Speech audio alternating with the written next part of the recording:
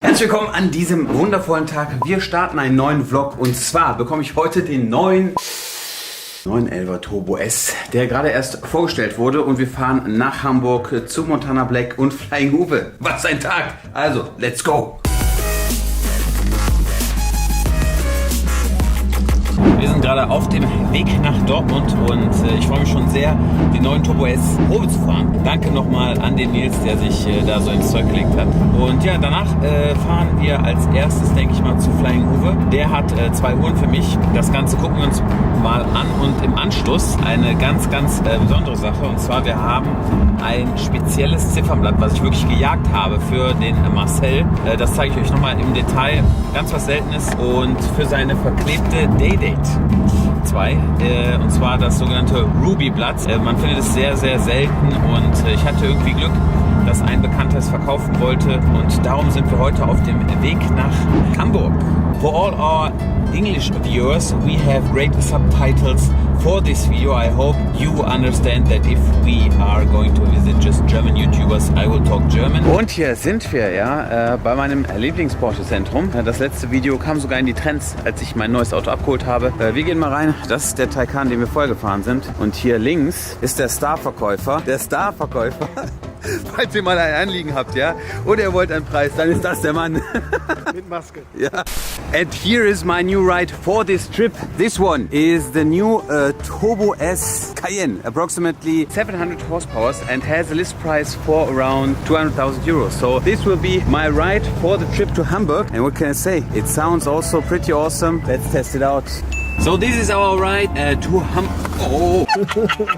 Und das ist unser Auto für den Trip nach Hamburg, ja, der Cayenne Turbo S Hybrid mit insgesamt etwa 700 PS. Ich weiß es leider nicht genau, also falls es weniger ist, dann kann es auch sein. Wir haben hier ein tolles Auto, das über 200.000 Euro im Listenpreis kostet. Es ist extrem komfortabel, fährt sich sehr gut. Ich werde noch gleich ein paar Details auch noch zeigen aus dem Innenraum. Gerade im Moment sind wir auf dem Weg zu Flying Uwe. Ja, der hat 2 Uhren für mich, die er nicht mehr braucht, die er mir in Zahlung gegeben hat. Wir haben schöne Breitling-Modelle mit Stahlband, glaube ich, ist das. Und das wird jetzt das erste Halteziel sein und danach geht es noch weiter zu Marcel. Von daher folgt uns einfach auf diesem Trip und jetzt geht es weiter mit der Fahrt nach Hamburg.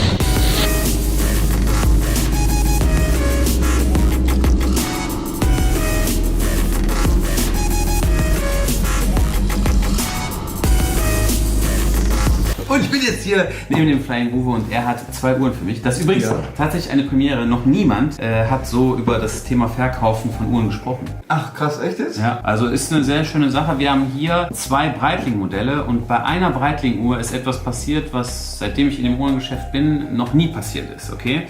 Wir waren in Kontakt natürlich, ich kenne seine Sammlung schon von dem Video, in dem er auch, da hast du noch die Datejust vorgestellt von deiner Frau. Genau, habe ich ja zur Geburtstag geschenkt, ja. Genau, das weiß ich noch. Und bei einer Uhr, ja? War es bei dir hier?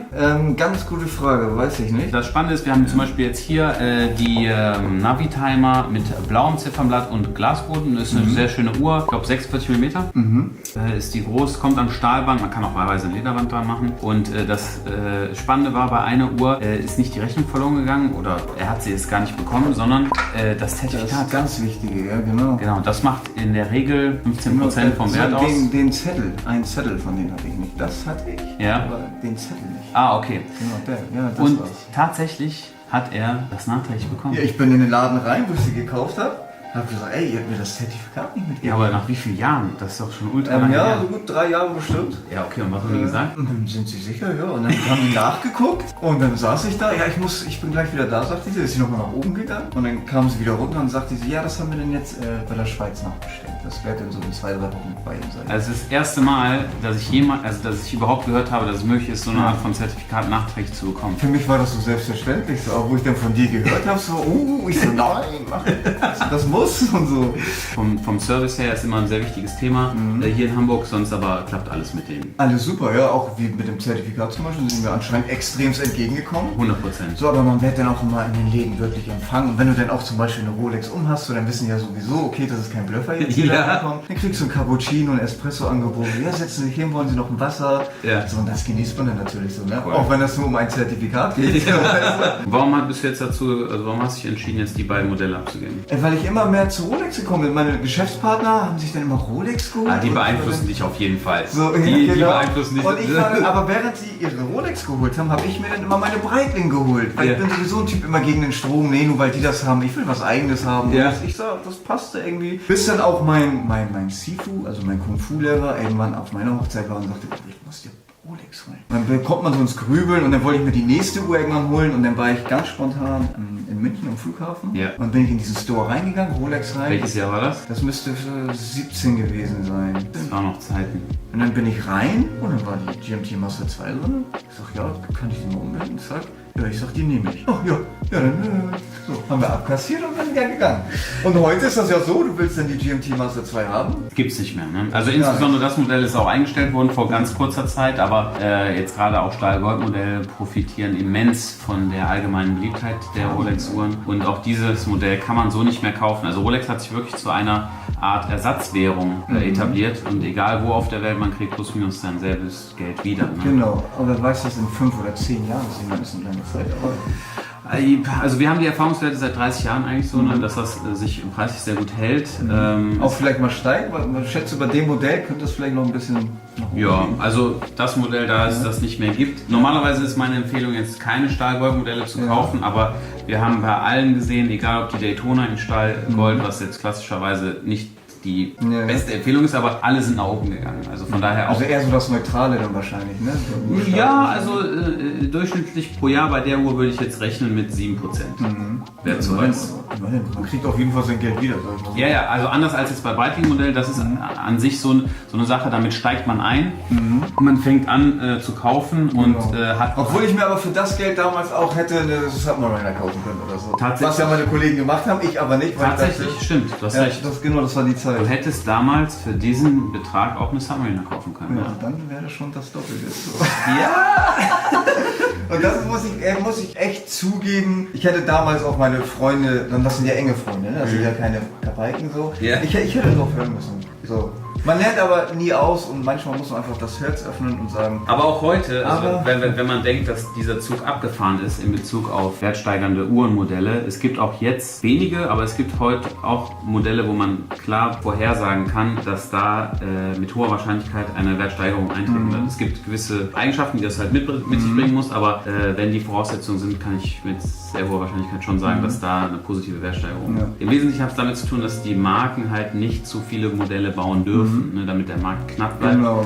Und dadurch immer schön die Nachfrage bleibt. Ne? Ja, genau. Können die das Modell nicht, das haben wir da nicht. Ja. Dann kommt der andere hier, B, und sagt so, ja, ich habe sie hier, aber kostet ein bisschen mehr. Genau, so sieht es nämlich aus. Ne? Halt. Ja, gucken wir mal, was in der Zukunft noch kommt. Er hat zum Beispiel im Bestand noch einige ganz interessante Artikel, auf die ich scharf bin, ja. Nämlich auch bei alten Videospielen gibt es halt verschweißte Modelle, ähnlich wie bei Uhren, auch verklebte Uhren und sowas. Genau, richtig. Und die sind dann in so einem Plexiglas verpackt. Die haben eine Nummer bekommen, sozusagen eine Zensur, eine Note, in was für einem guten Zustand. Ja. Und die Videospiele sind dann so, die sind ja verpackt, in Folie eingeschweißt und selbst... Original verpackt. Genau, und selbst wenn ein Kratzer einer Folie zum Beispiel ist oder ein kleiner Druck auf dem Karton, das wird dann abgezogen von der Note und dadurch entsteht dann so Silberbewertung 80 oder Goldbewertung 85 plus und so weiter. Es gibt auch ich habe ein Gameboy-Spiel, aber ich glaube, du hast ein Spiel, was das Beste auf ist. 100, das hat eine 100 Genau, eine 100 habe ich noch nie gesehen. Das war das Paper Mario für den Nintendo DS. Paper Mario, okay. Genau. Und jetzt fragen sich natürlich, ja, wie wird denn das geprüft? Da kann ja auch was anderes drin sein. Das geht richtig nach Gewicht, also die prüfen das Gewicht. Ach so. Ja, ja. Wir gucken mal, wir sehen uns bald wieder und ich ziehe jetzt gleich weiter. Ja. Okay, alles klar. Und jetzt sind wir hier im Auto und testen den Turbo S Cayenne. Ja.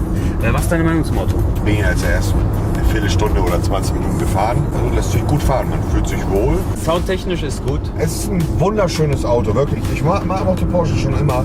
Und ich weiß, viele können das Argument nicht nachvollziehen, aber wenn du seit ein Jahr oder über ein Jahr die S-Klasse fährst, was für mich das schönste Auto ist, das hochwertigste Auto ist, was man in dieser Region sich holen kann.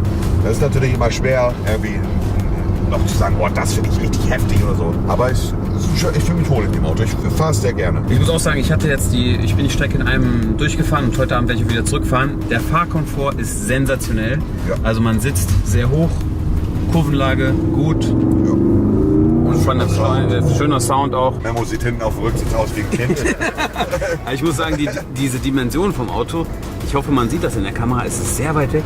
Ja, schon doch, ja, da hast du recht. Du sitzt also da hinten sehr beschützt und behütet drin. Man darf ja nicht vergessen, es ist ja auch im Geländewagen. Und für einen Geländewagen, also ich glaube, ich bin bis jetzt noch keinen schöneren Geländewagen gefahren.